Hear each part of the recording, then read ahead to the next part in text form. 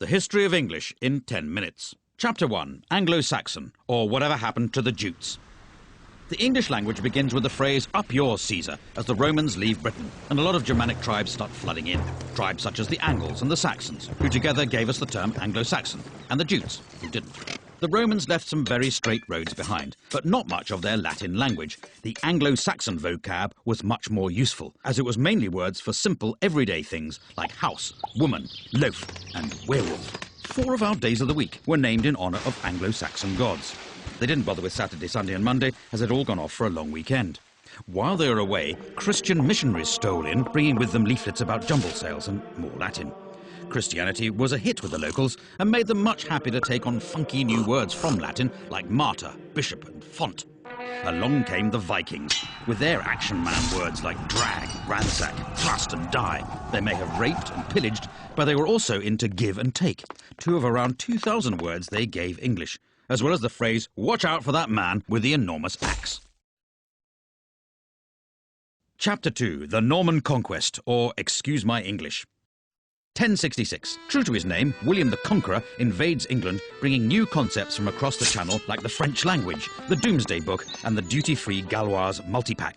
French was de rigueur for all official business, with words like judge, jury, evidence and justice coming in and giving John Grisham's career a kick-start. Latin was still used ad nauseam in church, but the common man spoke English, able to communicate only by speaking more slowly and loudly until the others understood him. Words like cow, sheep and swine come from the English-speaking farmers, while the à la carte versions, beef, mutton and pork, come from the French-speaking tops, beginning a long-running trend for restaurants having completely indecipherable menus. All in all, the English absorbed about 10,000 new words from the Normans, though they still couldn't grasp the rules of cheek-kissing. The bonhomie all ended when the English nation took their new warlike lingo of armies, navies and soldiers and began the 100 Years' War against France. It actually lasted 116 years, but by that point no one could count any higher in French, and English took over as the language of power. Chapter 3, Shakespeare, or a plaque on both his houses. As the dictionary tells us, about 2,000 new words and phrases were invented by William Shakespeare. He gave us handy words like eyeball, puppy dog and anchovy, and more show-offy words like dauntless, besmirch and lackluster. He came up with the word alligator, soon after he ran out of things to rhyme with crocodile. And a nation of tea drinkers finally took him to their hearts when he invented the hobnob. Shakespeare knew the power of catchphrases as well as biscuits. Without him, we'd never eat our flesh and blood out of house and home. We'd have to say good riddance to the green-eyed monster, and breaking the ice would be as dead as a doornail. If you tried to get your money's worth, you'd be given short shrift, and anyone who laid it on with a trowel could be hoisted with his own petard. Of course, it's possible other people used these words first, but the dictionary writers liked looking them up in Shakespeare because there was more cross-dressing and people poking each other's eyes out. Shakespeare's poetry showed the world that English was a rich, vibrant language with limitless expressive and emotional power, and he still had time to open all those tea rooms in Stratford. Chapter 4, The King James Bible, or Let There Be Light Reading. In 1611, the powers that be turned the world upside down with a labour of love, a new translation of the Bible. A team of scribes with the wisdom of Solomon went the extra mile to make King James' translation all things to all men, whether from their heart's desire to fight the good fight or just for the filthy lucre. This sexy new Bible went from strength to strength, getting to the root of the matter in a language even the salt of the earth could understand. The writing wasn't on the wall, it was in handy little books, with fire and brimstone preachers reading it in every church. Its words and phrases took root to the ends of the earth, or at least the ends of Britain. The King James Bible is the book that taught us that a leopard can't change its spots, that a bird in the hand is worth 2 in the bush, that a wolf in sheep's clothing is harder to spot than you would imagine, and how annoying it is to have a fly in your ointment. In fact, just as Jonathan begat Meribal, and Meribal begat Micah, the King James Bible begat a whole glossary of metaphor and morality that still shapes the way English is spoken today. Amen. Chapter 5, The English of Science, or How to Speak with Gravity. Before the 17th century, scientists weren't really recognised, possibly because lab coats had yet to catch on. But suddenly Britain was full of physicists. There was Robert Hooke, Robert Boyle, and even some people not called Robert, like Isaac Newton.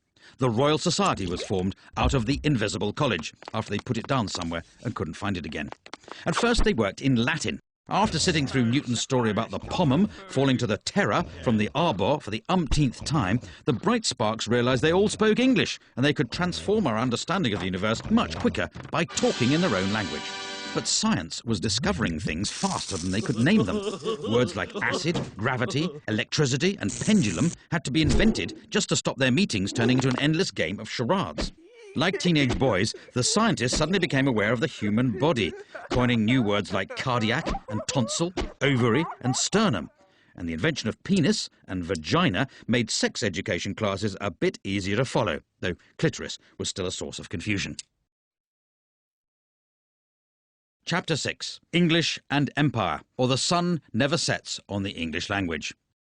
With English making its name as the language of science, the Bible and Shakespeare, Britain decided to take it on tour, asking only for land, wealth, natural resources, total obedience to the crown and a few local words in return.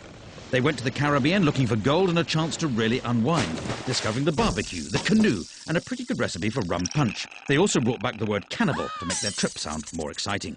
In India, there was something for everyone. Yoga to help you stay in shape while pretending to be spiritual. If that didn't work, there was the cummerbund to hide the paunch. And if you couldn't even make it up the stairs without turning crimson, they had the bungalow. Meanwhile, in Africa, they picked up words like voodoo and zombie, kicking off the teen horror film. From Australia, English took the words nugget, boomerang and walkabout, and in fact the whole concept of chain pubs. All in all, between toppling Napoleon and the First World War, the British Empire gobbled up around 10 million square miles, 400 million people and nearly 100,000 gin and tonics, leaving new varieties of English to develop all over the globe. Chapter 7. The Age of the Dictionary, or the Definition of a Hopeless Task.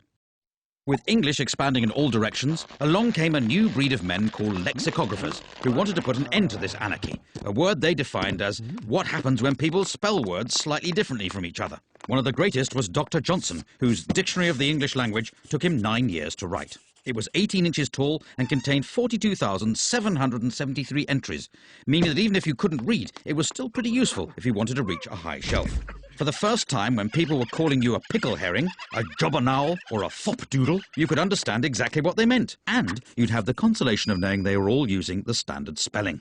Try as he might to stop them, words kept being invented, and in 1857 a new book was started that would become the Oxford English Dictionary.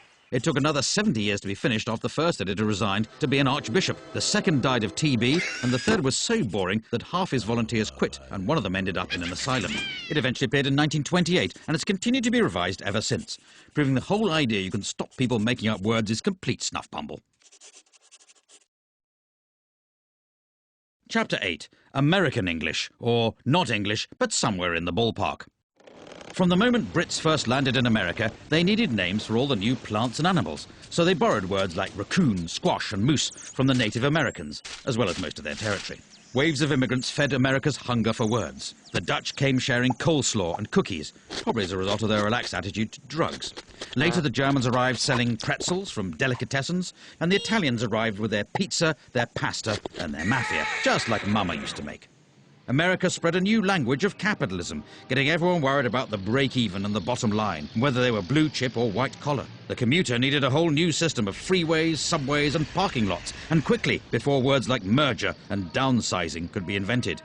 American English drifted back across the pond as Brits got the hang of their cool movies and their groovy jazz.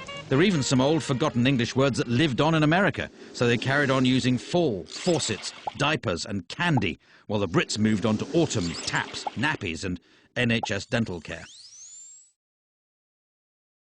Chapter 9. Internet English, or language reverts to type. In 1972, the first email was sent. Soon the internet arrived, a free global space to share information, ideas and amusing pictures of cats. Before the internet, English changed through people speaking it, but the net brought typing back into fashion and hundreds of cases of repetitive strain injury.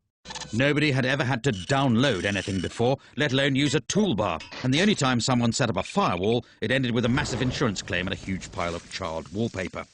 Conversations were getting shorter than the average attention span. Why bother writing a sentence when an abbreviation would do and leave you more time to blog, poke and reboot when your hard drive crashed? In my humble opinion, became IMHO. By the way, became BTW, and if we're honest that life-threatening accident was pretty hilarious, simply became fail. Some changes even passed into spoken English. For your information, people frequently ask questions like, how can LOL mean laugh out loud and lots of love? But if you're going to complain about that, then UG2BK. Chapter 10. Global English, or whose language is it anyway? In the 1500 years since the Romans left Britain, English has shown a unique ability to absorb, evolve, invade, and if we're honest, steal. After foreign settlers got it started, it grew into a fully fledged language all of its own, before leaving home and travelling the world, first via the high seas, then via the high-speed broadband connection, pilfering words from over 350 languages and establishing itself as a global institution. All this despite a written alphabet that bears no correlation to how it sounds and a system of spelling that even Dan Brown couldn't decipher. Right now, around 1.5 billion people speak English. Of these, about a quarter are native speakers, a quarter speak it as their second language, and half are able to ask for directions to a swimming pool. There's Hinglish, which is Hindi English, Chinglish, which is Chinese English, and Singlish, which is Singaporean English, and not that bit where they speak in musicals. So in conclusion, the language has got so little to do with England these days, it may well be time to stop calling it English. But if someone does think up a new name for it, it should probably be in Chinese.